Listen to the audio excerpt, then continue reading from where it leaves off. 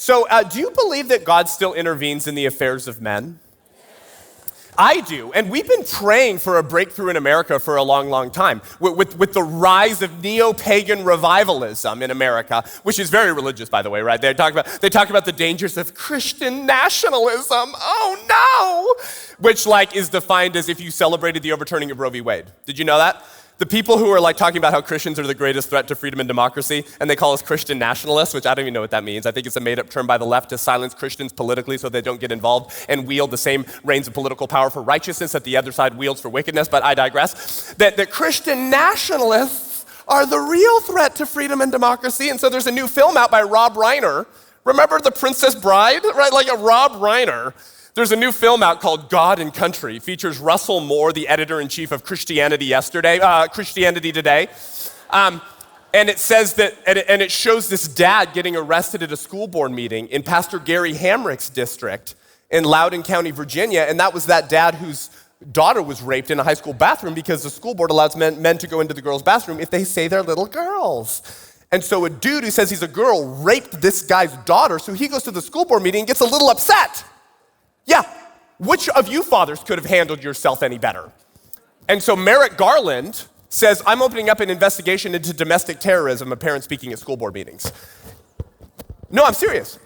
And in Rob Reiner's new film, there's a shot of that dad being pulled away in handcuffs. He didn't attack the school board members, he just got a little colorful in his rhetoric because his daughter was raped, for goodness sakes. And now Rob Reiner has said that Christian nationalism is best defined as those who celebrated the overturning of Roe versus Wade.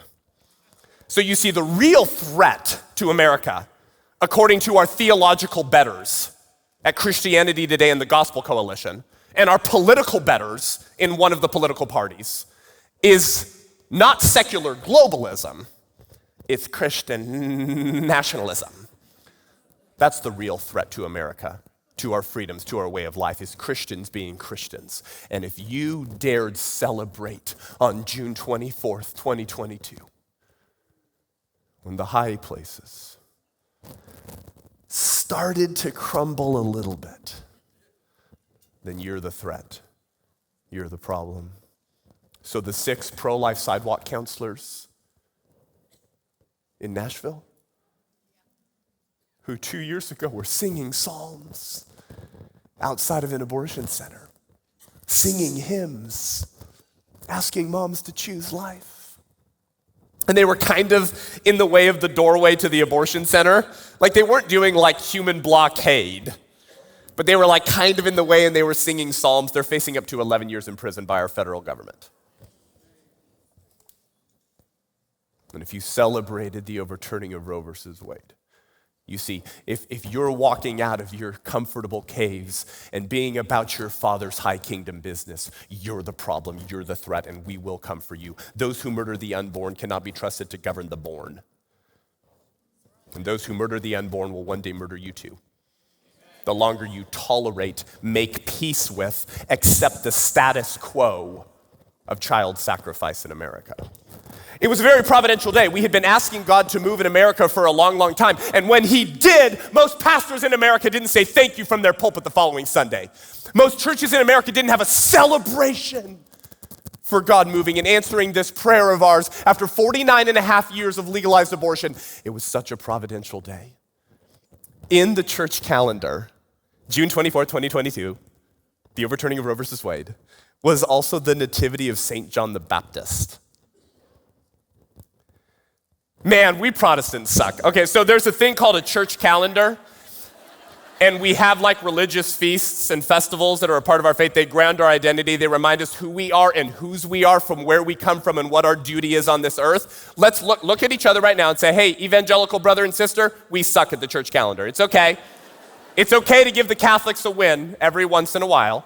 They're a little bit better at some of the Christian festivals than we are, okay? We know more about LGBTQ, LMNOP, My Name is Legion Month than we do about the historic Christian festivals of our Protestant faith. So let me remind you of one of those festivals. It's called the Nativity of St. John the Baptist, and it happens every June 24th. And on June 24th, 2022, Roe versus Wade got overturned. Well, what is the Nativity of St. John the Baptist, Seth? It's when Christians celebrate Mary going to visit her cousin Elizabeth, and when she goes to visit her cousin Elizabeth, because they're both pregnant and they're having tea together talking about what God's doing through them, the prenatal John the Baptist The prenatal little voice in the wilderness, little fetus, John the Baptist, starts doing backflips in the uterus because he recognizes the humanity and divinity of his prenatal deity, savior, God-man, who entered human history in a uterus to redeem mankind from their sins. Jesus does not become fully God and fully human at the moment of birth. Jesus becomes fully God and fully human from the moment of conception, follow the science.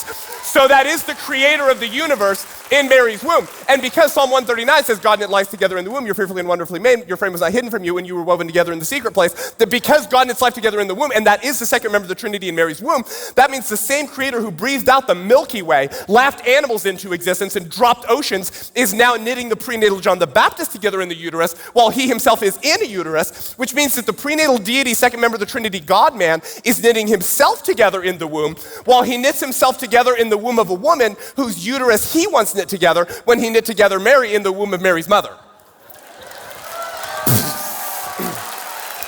So that's called the incarnation. Have you ever heard of it? It goes by another name, Christianity. That's the arrival of the long prophesied and awaited Savior who does not enter our time and dirt as a 30-year-old man. He enters our time and space and dirt in a process he really reveres, a process he considers holy.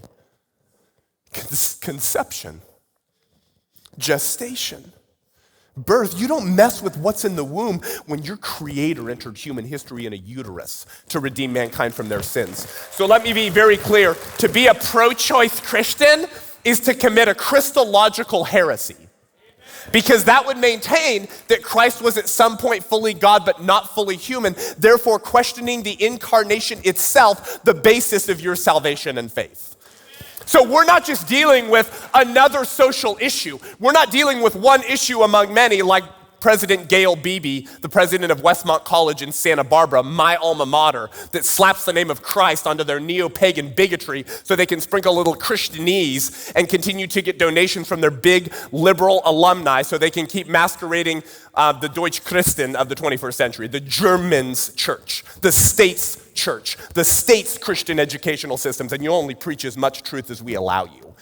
The president of my alma mater, Westmont College in Santa Barbara, California, told me, as the first founder of the first pro-life club at that university, he said, abortion is just one among many issues.